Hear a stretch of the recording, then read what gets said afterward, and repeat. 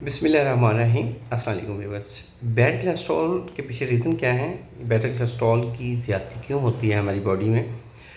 देखिए जी, अगर आप ज़्यादातर लेटे रहते हैं, बैठे रहते हैं, आपका जिस ऑफिस वर्क है, गाड़ी से निकले बाहर क्या है, वॉक ना करना बैड कोलेस्ट्रॉल की सबसे बड़ा रीज़न है।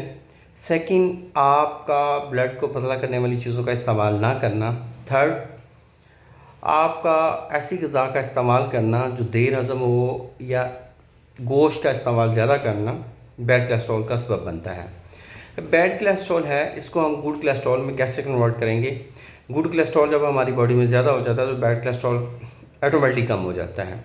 अब इसको कम करने के लिए जो सबसे बेहतरीन चीज़ है वो जौ का दलिया है। जौ का दलिया आप इस्तेमाल करें, 2 टाइम इस्तेमाल करें, सुबह और दोपहर को यूज़ करें। और सुबह जब आपने उठना है, खाली पेट आपने 3 से 4 पीस लहसुन के लेने हैं, देसी लहसुन के लेने हैं। उनको चबा के आपने ऊपर से पानी पी लेना है।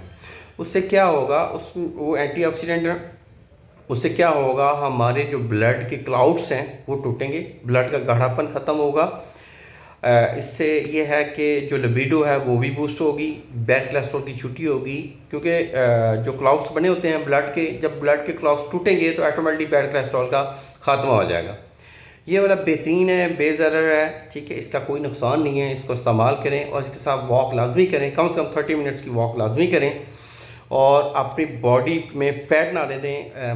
मोटापे में हैं आप, ओबेसिटी के पेशेंट हैं, तो ओबेसिटी को कंट्रोल करने के लिए आप मुख्तलिफ नेट पे डाइट प्लान हैं उनको फॉलो करें। इंशाल्लाह आपको बैड कोलेस्ट्रॉल की कोई भी मेडिसिन खाने की ज़रूरत नहीं पड़ेगी। अल्लाह आपका हामी नासिर हो। शुक्रिया, जज़ाकल्लाह। अल्लाह हाफ़िज़।